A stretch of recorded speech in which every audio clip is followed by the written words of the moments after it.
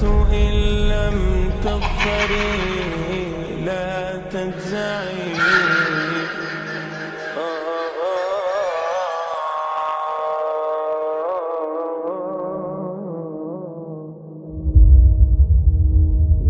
My young friends, Allah subhanahu wa ta'ala says in His glorious book, إِنَّ الشَّيْطَانَ لَكُمْ عَدُوٌّ فَاتَّخِذُوهُ عَدُوًّا إِنَّمَا يَدْعُو حِزْبَهُ لِيَكُونُوا مِنْ أَصْحَابِ السَّعِيرِ.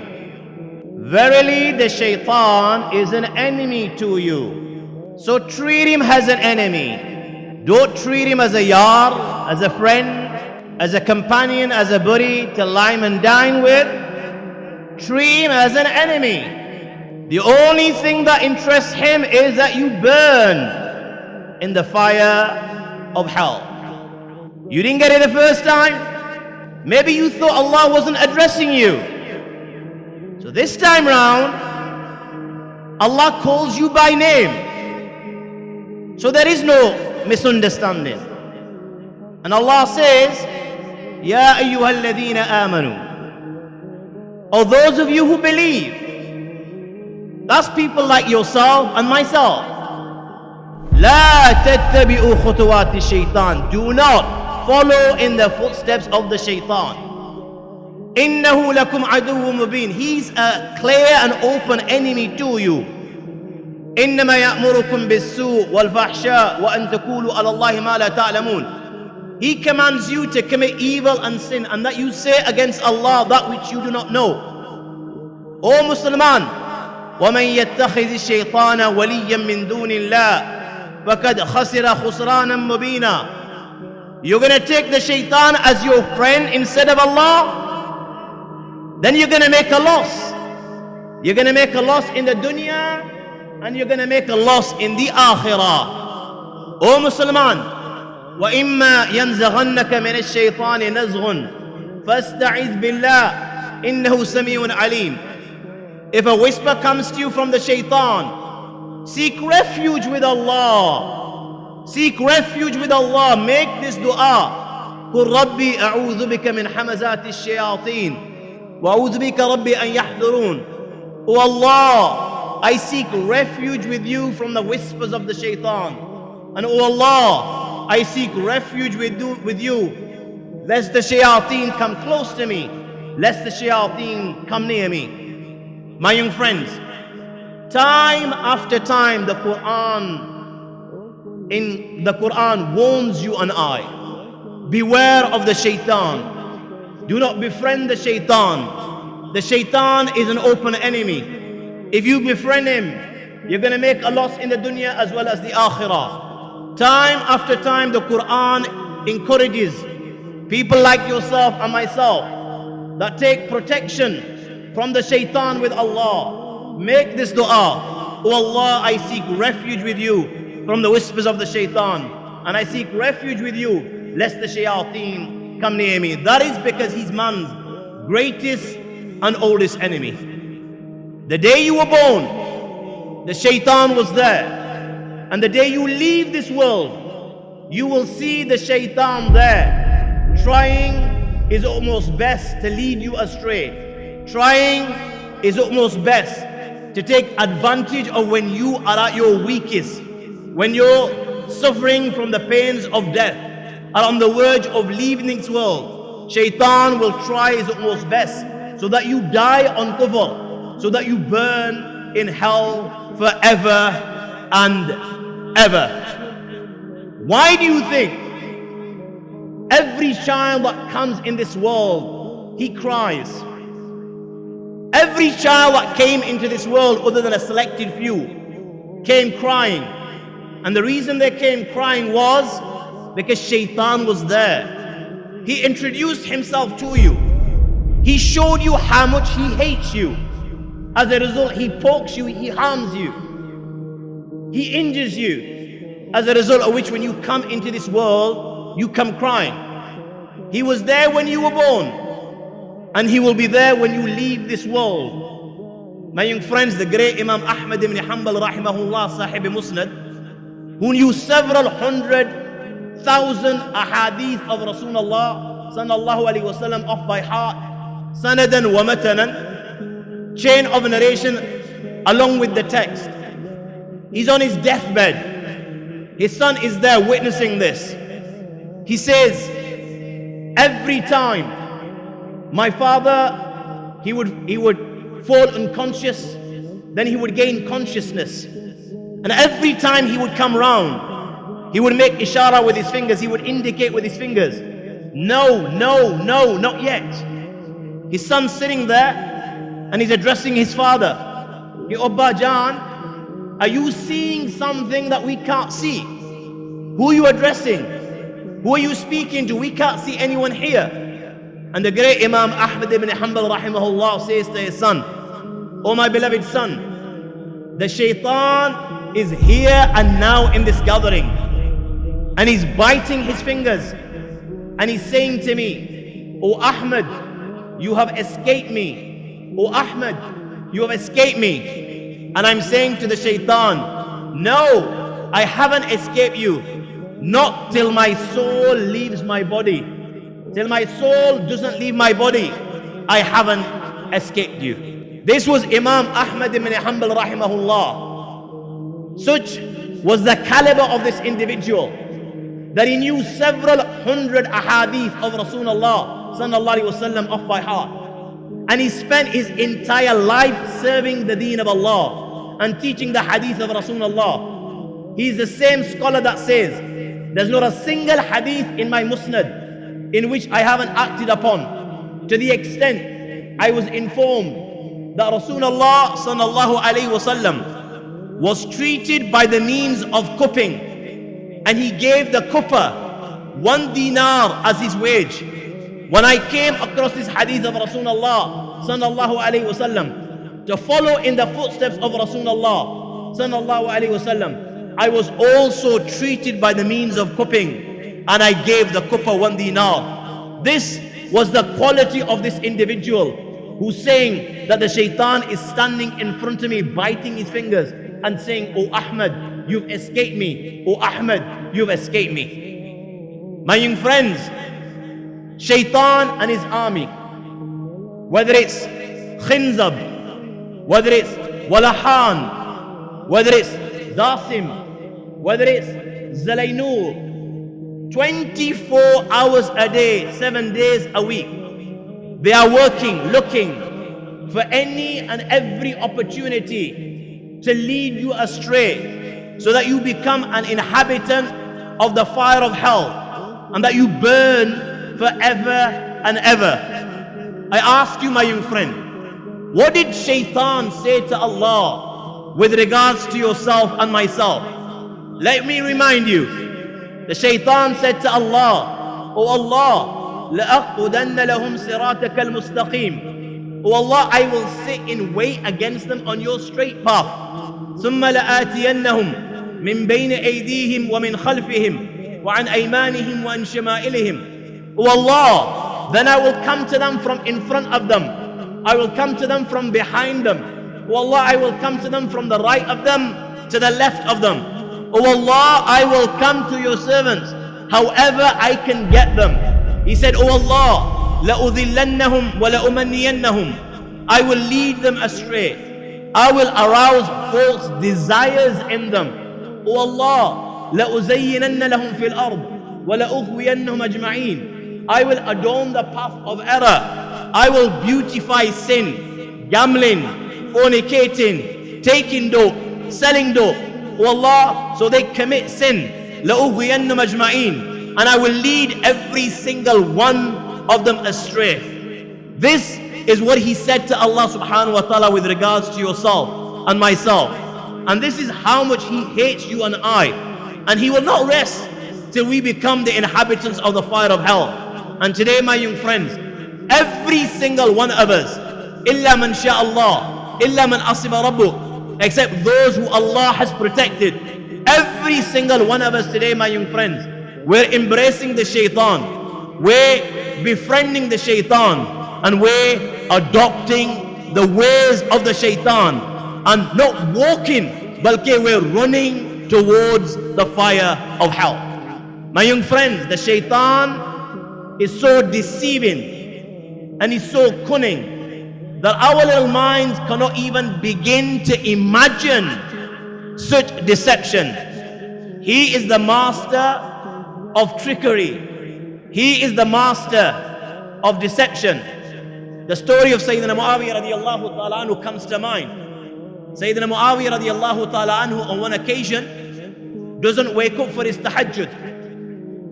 The following night, Sayyidina Muawiyah radiallahu ta'ala anhu can feel as if somebody is waking him up for tahajjud. Sayyidina Muawiyah radiallahu ta'ala anhu inquires, who is it? The response that he receives is the Shaytan. Sayyidina Muawiyah radiallahu ta'ala anhu is shocked that the Shaytan waking me up for tahajjud. That's not what the Shaytan does. The Shaytan, he leads you astray.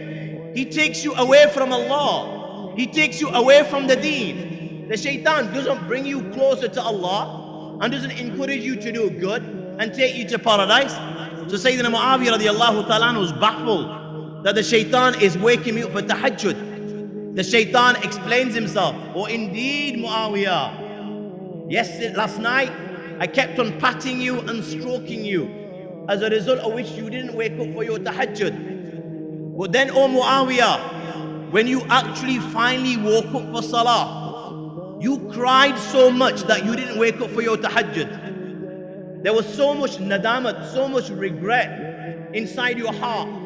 You felt so bitter that you didn't wake up during the night and prostrate before your maker and your creator, that I felt that the reward that you received for not reading your tahajjud on this occasion was far greater than the reward that you normally receive for reading your tahajjud. This is why tonight I decided to wake you myself, so that you don't receive the extra reward.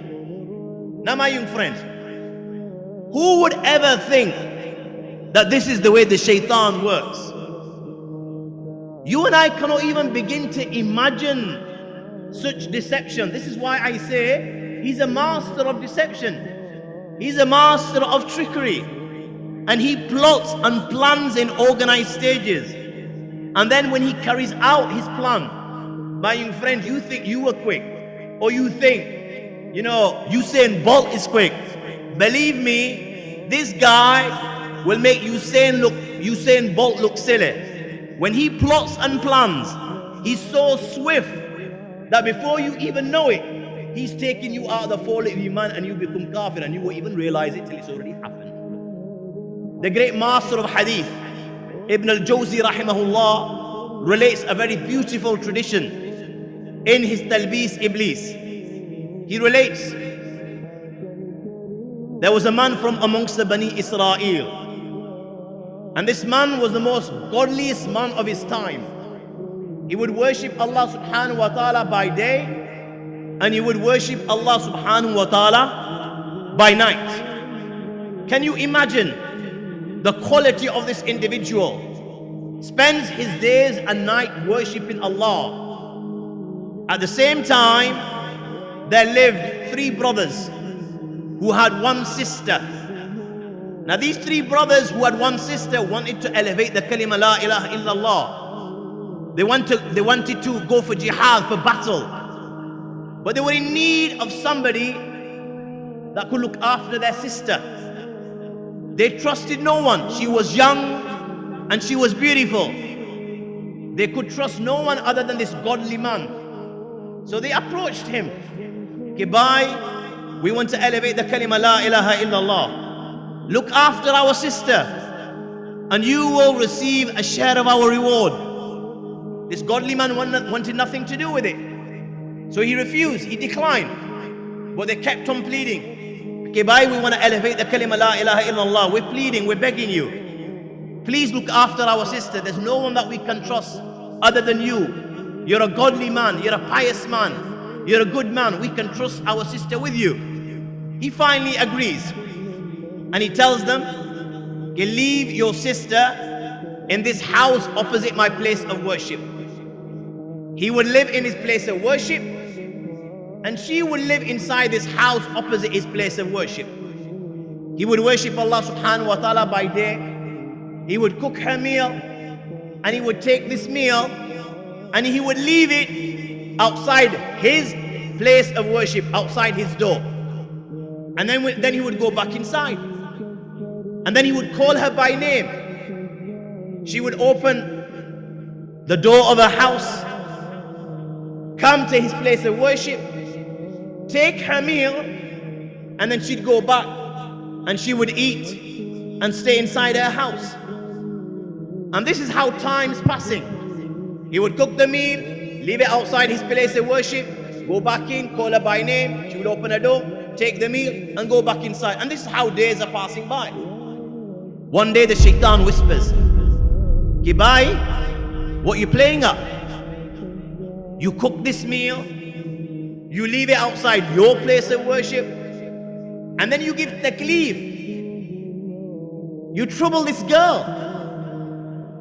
You call her by name, she has to open her door and then come to your doorstep and collect. What if somebody were to see this and realize this young, beautiful girl lives all alone inside this house?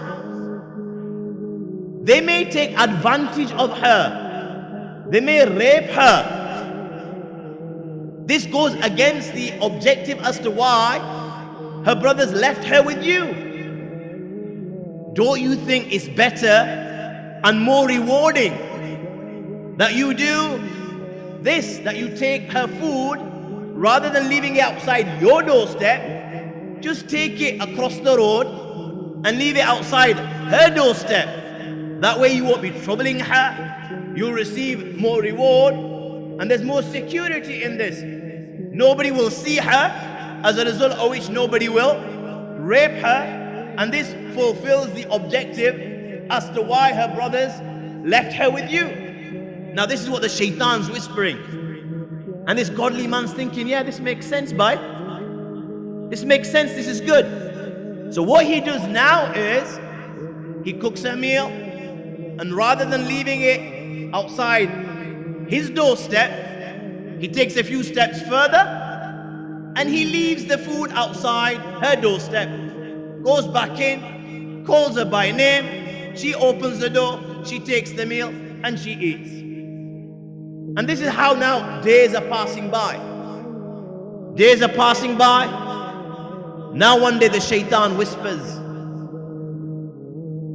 oh godly man, don't you feel sorry for this girl? She's all alone. Look how many weeks and months have passed. She lives in this house all alone. All day she's bored. She has nothing to do. She has no one to talk to you. You're a godly man. You're a man of knowledge. You possess a lot of knowledge. You can benefit her. Talk to her. Talk to her about Allah. Talk to her about the deen. You don't have to talk about the dunya. Benefit her, that way she'll become godly like you, and she'll worship Allah like you, and then you'll receive all the reward because you were a means of her guidance. And this is what the Shaytan's whispering. After a few days, he thinks it's a good idea.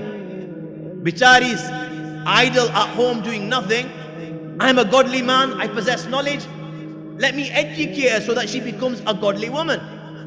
So what he would do now is he would open his door and he would sit outside his place of worship. And she would sit on the other side of the road, outside her door. And he would teach her from this distance, on the other side of the road. He would speak to her, he would remind her, he would talk to her about Allah. And this is how time is passing. He's educating her like this. One day the Shaytan whispers, Kibai, what you playing up? You sit on one side of the road, she sits on the other side of the road. People don't know what you're talking about. Now people that pass by and see you, they don't know what you're talking about. For all as they know, is that you're taking advantage of this innocent, beautiful girl. And you're committing evil. Don't you think it's better that rather than sitting here in public, why don't you just go inside the house? It's better. It's more appropriate. She'll be more relaxed. You'll be comfortable. She'll receive your pearls of wisdom in a good manner. And at the same time, people that are passing by, they won't think evil of you. As a result of which, you've got a reputation to maintain. And this godly man's thinking, yeah, this makes sense, bhai.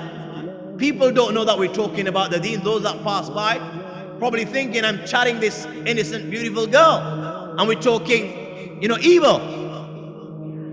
Let me save my self-reputation. It's more appropriate. Now this is how the shaitan now takes him from his place of worship inside her house.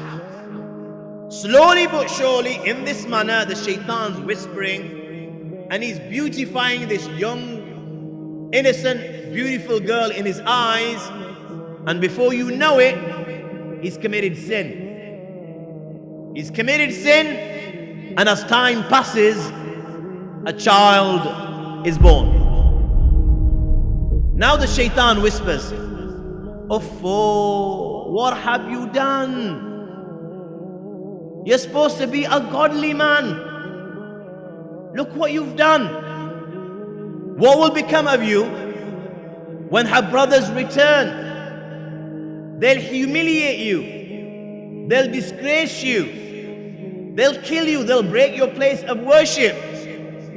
What to do is kill the child. Kill the child. And don't be worried about the girl. She doesn't want her brothers to find out that she's committed sin and wronged in their absence. She'll agree to whatever you say. Kill the child." So he thinks, this is a good idea. How else am I going to be able to save my reputation and self-respect? So now he kills the child. Days pass by, and one day the shaitan whispers, "Can you really trust her? Can you really trust her?" And when her brothers return, you know what? She might just tell her brothers that you took advantage of her. She was young. She was naive. You were a lot older. You were a lot wiser. You took advantage of her. You raped her. Her brothers, do you think they'll believe her or will they believe you? That's their sister. The connection is stronger. It's a connection of blood. No way on God's earth will they believe you. They'll believe her. So the best thing is, kill the girl. If you kill this girl, you can make up whatever story you like, and you will never get caught. Now this is what the shaitan's whispering, and this guy thinks that makes sense. If I kill the girl, there's no way on God's earth I'll be caught, and thus I won't be disgraced and humiliated. So what he does now, he kills the girl, and he's buried her inside his place of worship where he buried the child. And then he retires in his place of worship, and there again he's worshipping Allah by day, and he's worshipping Allah subhanahu wa ta'ala by night. And time passes like this. Finally one day, the brothers return from jihad, from elevating the kalima la ilaha illallah, and they come to collect their sister. So when they approach him, he makes this story that she was a very godly woman, God-fearing woman, and she began to suffer from this illness, and she died a natural death, and I couldn't wait for you, so I buried her. The brothers, because he was a godly man, he had a reputation, his reputation exceeded him, they believed him, and they all went home. That very night, the shaitan approached every single one of them in a dream, one after the other. The Shaytan approached all three brothers in a dream, one after the other, and the Shaytan told them and informed them of the reality of what happened. How he took advantage of her. A child was born. How he killed the child. And to cover all this up, he killed the girl, and she's buried in this spot in his place of worship. The Shaytan came to the eldest brother in the dream, told him this, then came to the second, and then came to the third. Now in the morning, when these brothers woke up, one of the brothers says to the others, "Kibai, I've got something strange to share with you. I saw this strange dream. That somebody told me in a dream that this godly man is devious. He's killed our sister." Now because the Shaytan had visited the other two as well, they also spoke up. Kibai, you know what? Strangely enough, we saw exactly the same dream. Now all three brothers have seen the same dream. So they think, you know what, there's something more than this. You know, there's something that what this godly man is not telling us. So they approach him and they pressurize him. Okay, you're not telling us the truth. You've killed her. He has no choice but to admit, and he confesses. Now he's taken to the king, and the sentence is passed. The sentence of death is passed. He's going to be killed. Now Shaytan approaches him for the very last time. Shaytan appears before him and says to him, "Kibai, you know, all this time, all this whispering, encouraging you to commit evil and sin and inciting you, it was none other than me. And it is only me that can save you at this moment in time. And I will save you on this one condition. And that condition is that you reject that very Allah that has created you. If you reject Allah, if you commit kufr, then I will let you be." My young friends, he rejects the very Allah that created him, and he becomes kafir. This is exactly what Allah subhanahu wa ta'ala says in the Quran.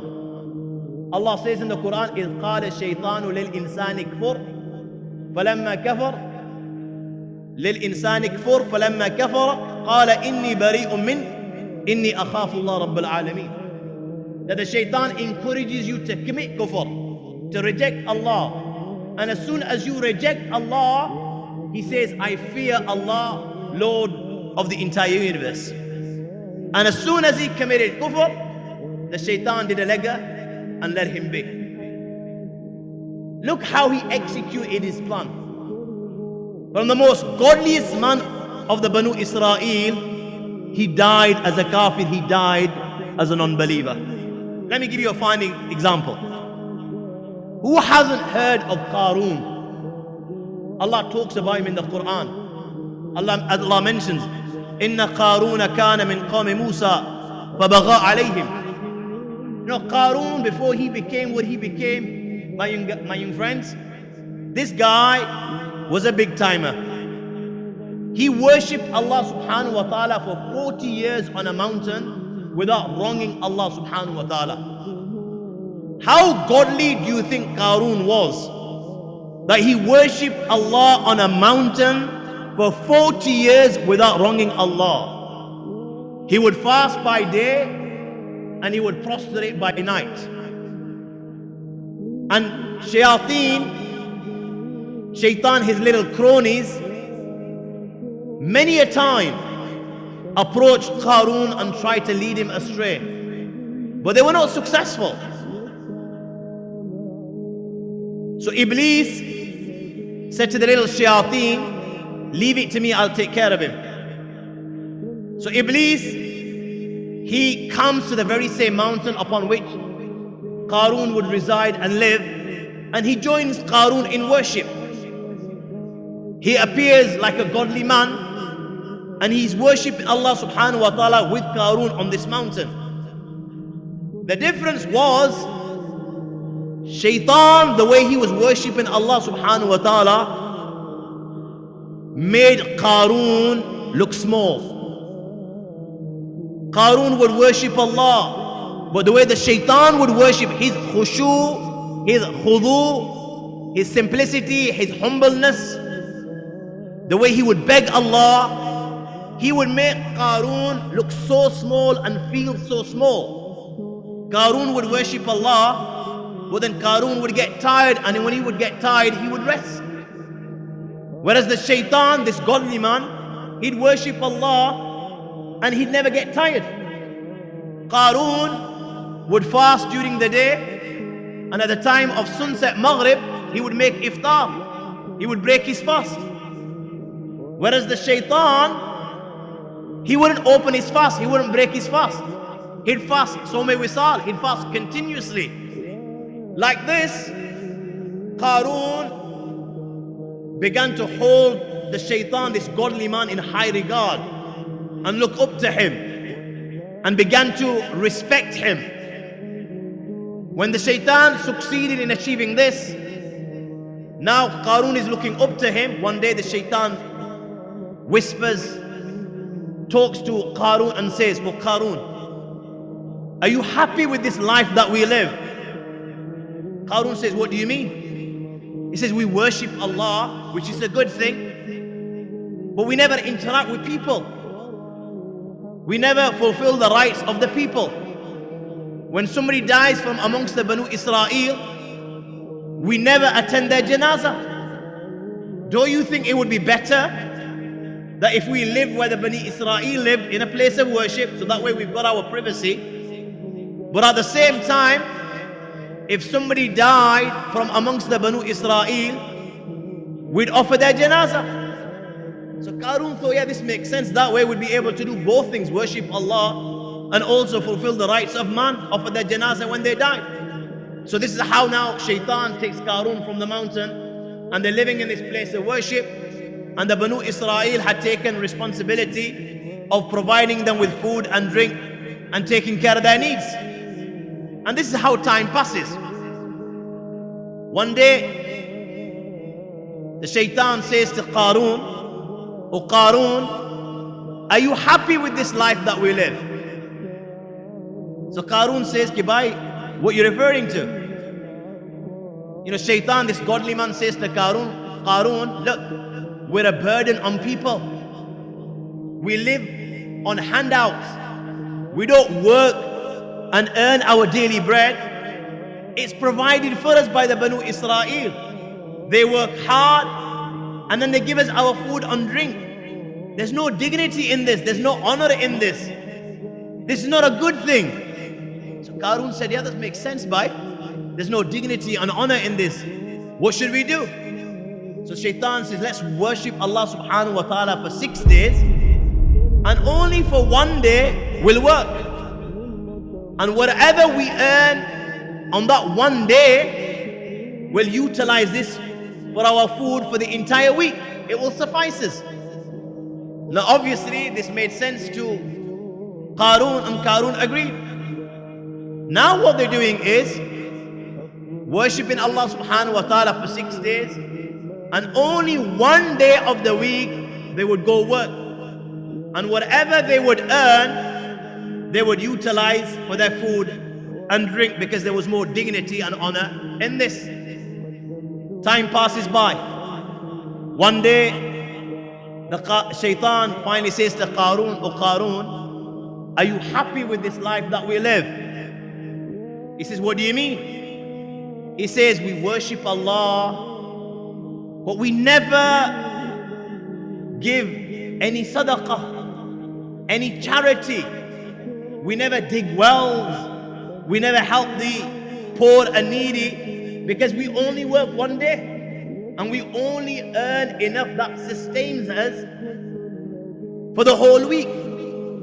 Don't you think it'd be better that we work 1 day, worship Allah 1 day, work 1 day, worship Allah 1 day, every second day we work, so that way we'll earn extra money, and that way we'll utilize the money for our food and drink, and will utilize the money for helping the poor and needy and doing all these good deeds which we couldn't do before.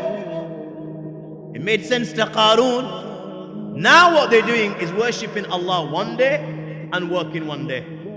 My young friends, this is where the Shaytan leaves QARUN and disappears. Why?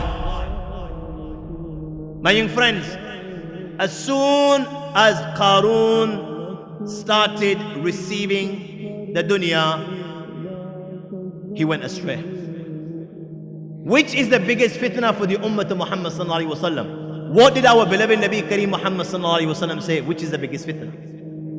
Dunya and women. Prophet sallallahu alaihi wasallam in one hadith mentioned, "Inna dunya hulwatun khadiratun." That is dunya, it's sweet, and at the same time, it's green. Now, as humans, we're naturally inclined towards anything that's sweet and anything that's green. Everyone loves the countryside because of the greenery. Likewise, anything with sugar in it, we're inclined towards it. This is why if you look at, 99% of the things out there, they all contain sugar. And in my country, the government wants to impose a sugar tax because we're all obese and overweight. So this is the dunya. It naturally pulls a person and it intoxicates. Once you receive a little bit of the dunya, you become inclined towards it. And it's like a drug. You get hooked on it so easy. Why else do you think the Prophet ﷺ said that the son of Adam, if he's got one valley of gold, he desires another. When he's got a second, he desires a third. When he's got a third, he desires a fourth. This is what the dunya does. So QARUN started working and he started accumulating the dunya. How much dunya do you think this individual possessed? Open the book of Allah, look at what Allah subhanahu wa ta'ala says in the Quran.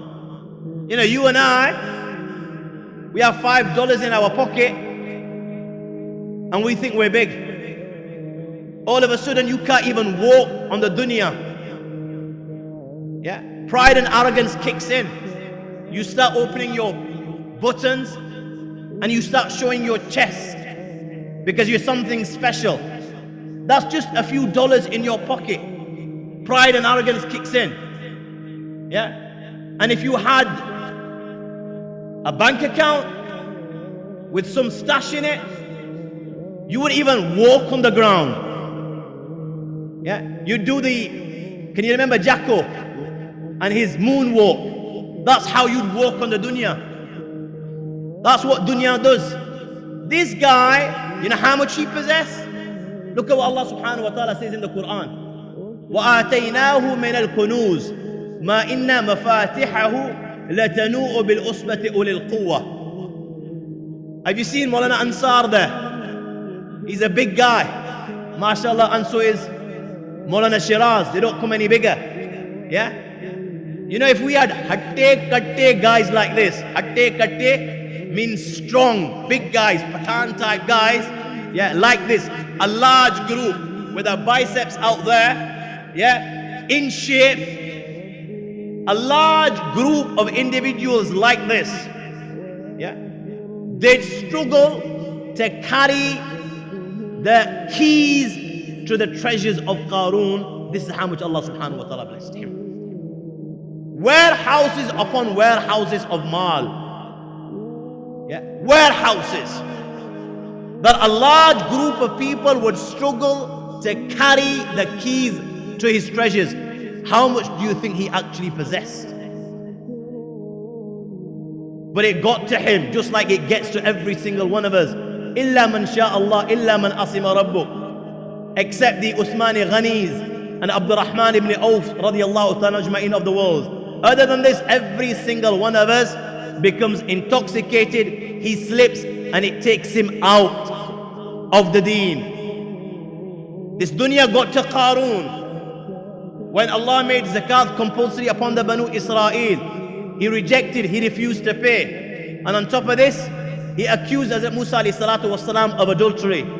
As soon as he did this, فَخَسَفْنَا بِهِ وَبِدَارِ الْأَرْضِ فَمَا كَانَ لَهُ مِنْ فِئَةٍ يَنْصُرُونَهُ مِنْ دُونِ اللَّهِ وَمَا كَانَ مِنَ الْمُنْتَصِرِينَ. The dunya opened. Down went Qarun. Down he is going. And down he will go right till the day of judgment.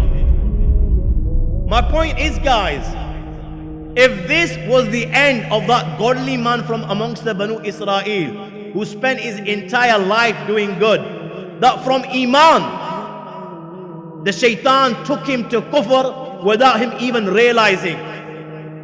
And if this was the downfall of Qarun, who worshipped Allah for 40 years without wronging Allah, that the earth opened up and swallowed him and will keep on swallowing him right till the day of judgment, then my young friends, I'm sure you'll agree that people like yourself and myself, we've got no chance. We've got no chance. That is, if we remain ignorant with regards to the Shaytan and the way the Shaytan works. My young friends, if we remain ignorant with regards to the way the Shaytan works, then you and I have got no chance. This is why it's important to know your enemy, because you'll only be able to take protection if you know your enemy, how strong your enemy is, the weapons your enemy uses. That is the only way, my young friends, you'll be able to take protection and you'll survive. If not, you will be history just like those before us. You know, this guy, the Shaytan, he's always been a big timer. He's not something small. Some scholars say he was from the angels. Not just ordinary angels, he was from amongst the best angels. His name was Harith. He ruled over the first heaven. He was one of the gatekeepers of paradise. And he worshipped Allah till he became so big. Whereas some scholars say no, this guy wasn't an angel. He was from amongst the jinnat. He was the father of jinn. Just like as Adam alayhi salam is the father of mankind. You know, before Allah placed man on the dunya, the jinn used to live on the dunya. And the jinn, they spread corruption and evil and mischief and fitna. So Allah subhanahu wa ta'ala sent the angels to take care of the jinn. Iblis was from amongst those that was captured. And he began to stay with the angels. And he began to worship with the angels. So much so that he became a big timer. There's not a span on the heaven on which Iblis didn't prostrate. This is what some scholars say. Irrespective by whatever he was, whether he was from amongst the angels or the jinnat, either way, the thing that I want you to focus on, this guy thought he was Mr. Cool. Now you and I, we think we're cool. This guy thought he was cool. He thought, you know what? I rule over the first heaven. I'm in charge of the first heaven. I've got all this knowledge. I possess so much knowledge. I'm one of the gatekeepers of paradise. And I've got this and I've got this. Allah must have given me all this. Why? Because I'm special. You know, every single one of us believe we're special, we're something different. Each and every one of us suffers from this it syndrome. That's what I call it. The it syndrome. Ana, me, myself and I. Everyone else is nothing. I'm everything. Look how ghafil this human being is. Look how ghafil, how absent-minded this human is. You know, every single one of us, we think we're special with something big. The world evolves around us. And especially in this day and age, my young friends, you know, even a 7-year-old, look him in the eye and he'll turn around and say to you, bye, what problem have you got? And he'll square up. You know, he'll roll his sleeves as if he's going to take you on. A 7-year-old. This is the illness that we're suffering from. The it syndrome. And yet this insan doesn't realize what's so special about him. My young friends, what did Allah subhanahu wa ta'ala create you and I from? What was our source?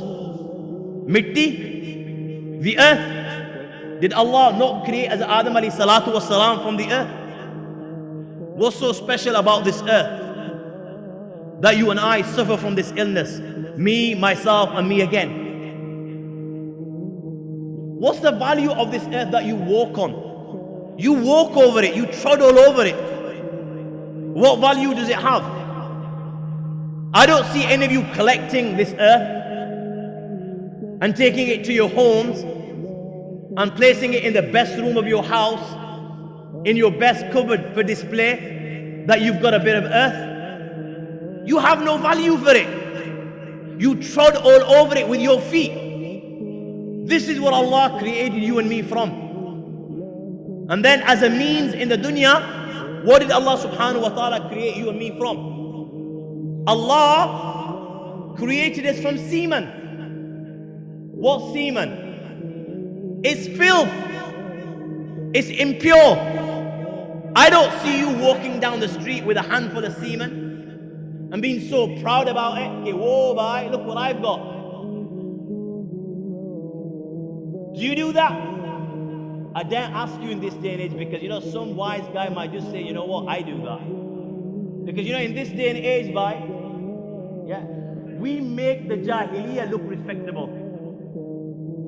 These are strong words. We make the jahiliyyah look respectable, because in this day and age, everything goes. People not ashamed to do anything. They do anything and everything, and they're proud about it. It's fashion. It becomes fashion. One guy will do something crazy, and the whole dunya will do the exact same thing without even thinking what you're doing. So I dare ask anyone in this day and age, before some wise guy stands up and says, you know what, I do it. But you don't, because it's filth, it's impure. As soon as it touches your clothes or your body, you'll go take a bath, you'll get rid of this impurity. This is what Allah created you from, mitti and semen. So where's the pride and arrogance come from? This guy thought he was Mr. Cool. So when Allah told him to bow down before Adam alayhi salatu was salam, he says, no way. Me? And bow down to Adam? Ana khayrun min. Khalaqtani min nar wa khalaqtuhu min teen. He's saying to Allah, Wallah, you got it wrong. Oh Allah, you're telling me I'm superior. To bow down to him, he's inferior. You've got it wrong, oh Allah. I'm better than Adam. I shouldn't be bowing down to Adam. Adam should be bowing down to me. Oh Allah, have you forgot? Khalaqtani min nar. You created me from fire. Wa khalaqtahu min teen. You created as Adam alayhi salam from mitti, from clay. Fire is better than clay. This was his daleel. This was his proof that he's better. And again, he cocked up. When you're full of yourself, you become deluded. You can't see things properly. You become blind. And when you become blind, the most obvious of things doesn't become obvious, doesn't seem obvious to you. And look at how he cocked up. He said to Allah, you've created me from fire, and you've created him from clay. Fire is better than clay. He cocked up because fire is not better than clay. We're not better than the earth. The earth sustains life. The earth, everything beneficial comes from the earth, whereas the fire destroys. All the things of benefit come from the earth. The trees come from the earth. All the fruits come from the earth. All the crops come from the earth. All precious materials like coal and so forth. Everything comes from the earth, whereas the fire, it destroys life. And the earth sustains life. So how can something that benefits be better than something that harms? Something that sustains life is far better than something that destroys life. Either way, he cocked up. So Allah subhanahu wa ta'ala sent him packing. فَخْرُجْ فَإِنَّكَ رَجِيمٌ. Ship from paradise, you're cursed.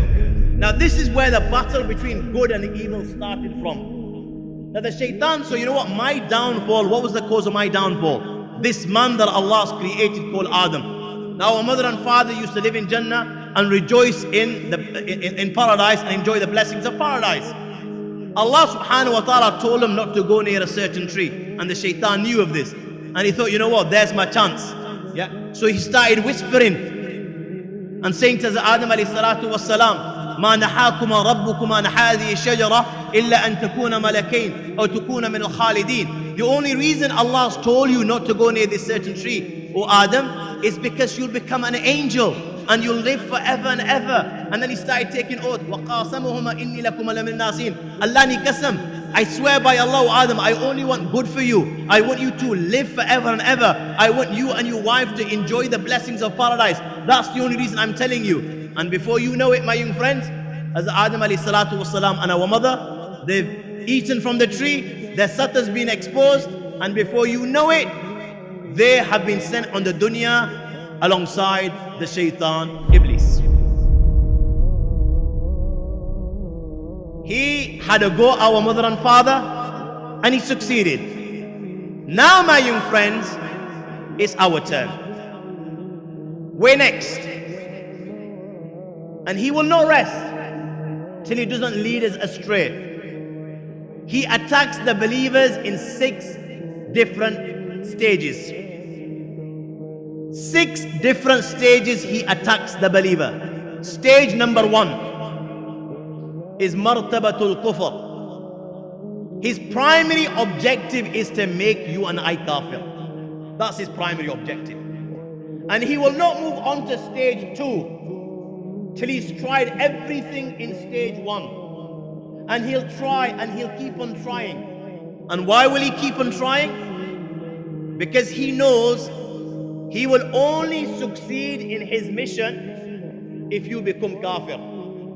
Because once you become kafir, you will remain in hell forever and ever and ever, and you will never be let out. Allah says in the Quran, what does Allah say? Allah says, إِنَّ اللَّهَ لَا يَغْفِرُ أَن يُشْرَكَ بِهِ وَيَغْفِرُ مَا دُونَ ذَلِكَ لَمَن يَشَاءُ. Allah will never forgive the sin of shirk. Allah will never forgive kufr, and Allah will never forgive shirk. Other than kufr and shirk, Allah subhanahu wa ta'ala will forgive whatever, for whomever and whenever. Any other sin other than shirk and kufr, whether it's gambling, fornicating, taking weed your entire life, selling weed, dealing with interest, suit, whatever it may be, any other sin, my young friends, if Allah subhanahu wa ta'ala wishes to forgive it, Allah subhanahu wa ta'ala will forgive it. But the sin that Allah will never forgive is the sin of kufr and shirk. Allah subhanahu wa ta'ala is ghairat man. He has a sense of honor, and Allah subhanahu wa ta'ala can't tolerate this. Just like a man cannot tolerate sharing his wife with another man, and he's not prepared to forgive this because he has a sense of honor, ghairat, dignity. Allah subhanahu wa ta'ala can't tolerate anyone associating partners with Allah. And that's why Allah subhanahu wa ta'ala will never forgive this. Never mind forgive, Allah says in the Quran, فَلَنْ يُقْبَلَ مِنْ أَحَدِهِمْ مِلْءُ الْأَرْضِ ذَهَبٌ وَلَوْ افْتَدَىٰ بِهِ. If you come on the day of judgment without iman, and you want to bribe Allah, and you want to offer something to Allah because you've seen Allah punishing mankind on a day when Allah will be angry like never before, and you offer an earth full of gold in ransom, oh Allah, take this earth full of gold and let me be, don't punish me, set me free. Allah subhanahu wa ta'ala saying in the Quran, فَلَنْ يُقْبَلَ مِنْ أَحَدِهِمْ مِلْءُ الْأَرْضِ ذَهَبٌ وَلَوْ افْتَدَىٰ بِهِ. Even if he offers an earth full of gold on that day, it will not be accepted. My young friends, this is the value of Iman. This is the value of the gift that Allah has given to you and I. And it's important that we realize the value of this gift. This is no ordinary gift. You will never in your entire life in your existence ever received a gift bigger and better than this gift of Iman, La ilaha illallah, Muhammadan Rasulullah, that Allah has placed inside your heart. And my young friend, never forget this. You know, in today's session, if you just remember how important this gift of Iman is, I believe that I will have succeeded in my mission. And you protect this till your last breath, I will believe that in today's session, I've succeeded. This gift that Allah has given is so special that on occasion, Sayyidina Musa alayhi salatu wasalam asked Allah subhanahu wa ta'ala, oh Allah, give me a dhikr, give me a dua. Give me a dhikr with which I can remember you with. I want this special dhikr only for myself. I'm Musa Kalimullah. Allah subhanahu wa ta'ala said to Allah subhanahu wa ta'ala said to Musa alayhi salatu wasalam, O Musa, say La ilaha illallah. There is no God worthy of worship but Allah. As Musa alayhi salatu wasalam said, O Allah, but all of your servants say this. They all say La ilaha illallah. I want something different, something special for me, Musa. And Allah subhanahu wa ta'ala said to Musa alayhi salam, O Musa, if the 7 heavens and the 7 earths were placed in one pan of the balance, and this kalima La ilaha illallah was placed in the second pan of the balance, O Musa, this kalima will outweigh the 7 heavens, the 7 earths, and everything within them put together. This is the Iman that Allah subhanahu wa ta'ala has given you and I. There is nothing more precious than the Iman that Allah subhanahu wa ta'ala has given you. This is why, my young friends, in Islam, even though it's permissible to utter kufr when you're being persecuted, you know, when somebody is threatening you with death, and he can actually carry out his threat. He has his knife, he has his sword, and he's placed it on your neck, and he's in a position to take off your neck, and he's forcing you to commit kufr. My young friends, Islam allows you to utter kufr to save your life. Having said this, even in this condition, listen to the nasiha that our beloved Prophet Muhammad sallallahu alaihi wasallam gave to Sayyidina Mu'adh. What did the Prophet sallallahu alaihi wasallam say to Sayyidina Mu'adh? The Prophet sallallahu alaihi wasallam said, Ya Mu'adh, la tushrik billah wa in qutilta aw hurrikta. O Mu'adh, even if you are killed or burned alive, do not associate partners with Allah. Even if somebody threatens to kill you or burn you alive, do not commit kufr, do not commit shirk. So even in a circumstance like this, where somebody's threatening you with death or is going to burn you alive, even though Islamically it's permissible to utter kufr and shirk, but even in this scenario, it's far greater to give your life to Allah and His Rasul than to commit kufr and shirk. So my young friends, this is what the Shaytan is after. He's after your Iman. You know, when a thief breaks inside your house, what will he go for? He'll go for your most valuable asset. No, he's not going to start carrying out your chest of drawers or your bed or your fridge freezer because it's got ice cream inside it. Yeah? Under your bed, you know them gold bars that you put in, that you warm on an evening. Yeah? That's what he's going to take because it's your most valuable asset. You know, when he comes and attacks you, the believer, he's looking at your most valuable asset. That's why that is stage number 1, martabatul kufr. And he knows your most valuable asset is Iman. And if he takes this Iman, he's successful because you never attain salvation. And he wants you to line with him in hell. He's looking for partners. So he'll take your Iman. Now, how will he take your Iman? You know, you're thinking, hey, you know what, boy, I'm a believer. Not only am I a believer, my father was a believer. Yeah? My grandfather was a believer. My great-grandfather was a believer. I'm cool. He ain't gonna succeed with me. My faith is strong. My Iman is strong. Let me tell you how he takes your iman in this day and age.